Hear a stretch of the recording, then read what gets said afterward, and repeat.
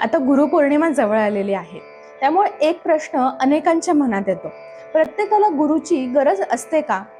आयुष्यात जर आपल्याला शिकवत असेल तर गुरु कशाला? हा योग्य प्रश्न आहे. कारण प्रत्येक माणूस आयुष्यात अनेक अनुभव घेतो.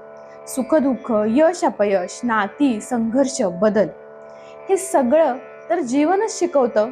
पण एक क्षण विचार करा, अनुभव येणं आणि त्या अनुभवाचा खरा अर्थ समजून घेणं, ह्या दोन वेगळ्या गोष्टी आहेत. यासाठी एक सुंदर उदाहरण माझ्या वाचनात आलं. एक बैल दिवसभर गाडी ओढतो.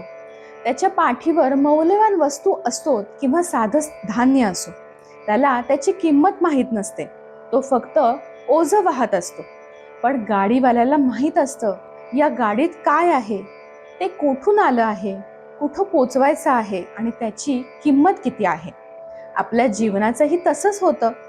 आपण अनेक अनुभवांचं ओझं वाहत असतो. कधी अपयश येतं, कधी यश येतं, कधी एखादी व्यक्ती आयुष्यात येते, तर कधी कोणीतरी दूर निघून जातं. पण या प्रत्येक घटनेत दडलेली शिकवण आपल्याला नेहमीच समजते असं नाही.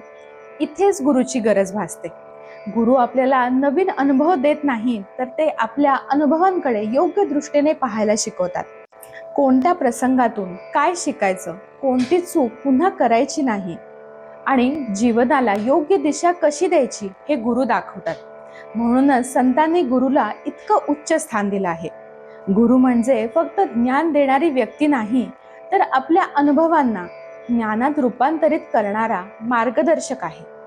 या गुरुपौर्णिमेला आपल्या गुरूंच्या चरणी कृतज्ञतेनं नतमस्तक होऊयात आणि त्यांनी दिलेली शिकवण आपल्या जीवनात उतरवण्याचा संकल्प करूयात.